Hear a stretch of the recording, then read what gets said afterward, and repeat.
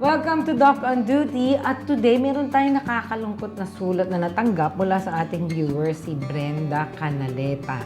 At ito ang sabi niya, Hi RX Plus, ilang years na kaming gustong magkaanak ng asawa ko. Nabuntis naman po ako pero 2 beses ako nakunan. Na-depress po ako pero magta-try uli kami ng mister ko. Ano po ba ang mga posibleng rason kung bakit ganito ang sitwasyon ko?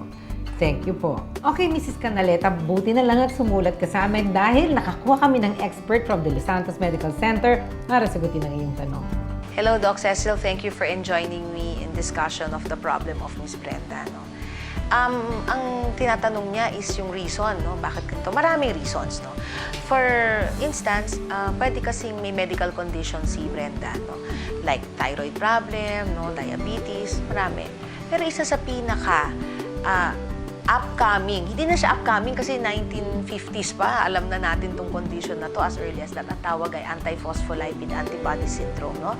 Ang condition na to ay caused by mga antibodies sa katawan ng isang tao na ina-attack ang isang normal existing component ng katawan. No?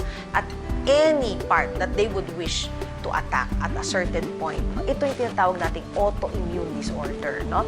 Yung nakukunan or pag sinabi kasi nating first trimester or recurrent pregnancy loss, usually it happens in the first trimester going into the second sa mga may ganitong condition, no? Either nabuo yung pregnancy, tapos wala, basta makukunan lang siya, or meron sa ultrasound. No? Pag nakita mo, merong tinatawag na subchorionic hemorrhage. Pag sinabi natin subchorionic hemorrhage kasi, parang pasa yun na tumutubo sa loob ng matres. Dahil pasa siya, pag lumalaki siya, yung oxygenation to the pregnancy nawawala. At ang instigating factor, ito nga, yung nag-form ng thrombus dahil sa pag-aaway nitong antibodies na to. So, nagiging sacrificial lamb yung pregnancy natin. No? Hi Brenda, I'm Dr. Malu Escobar and I would like to thank you for sharing us your problem about your pregnancy loss. I'm sorry for your pregnancy and for you, pero may solution pa dyan. No?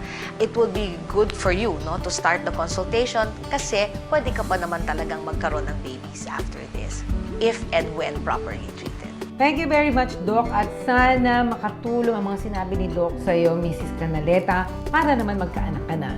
At sa ating mga televiewers na mga health concerns na nais isang guni sa isang expert, please go to our Facebook page and leave a message in our inbox. We'll see you all again next week. This is Doc Cecil, your Doc on Duty. This portion was brought to you by the De Los Santos Medical Center.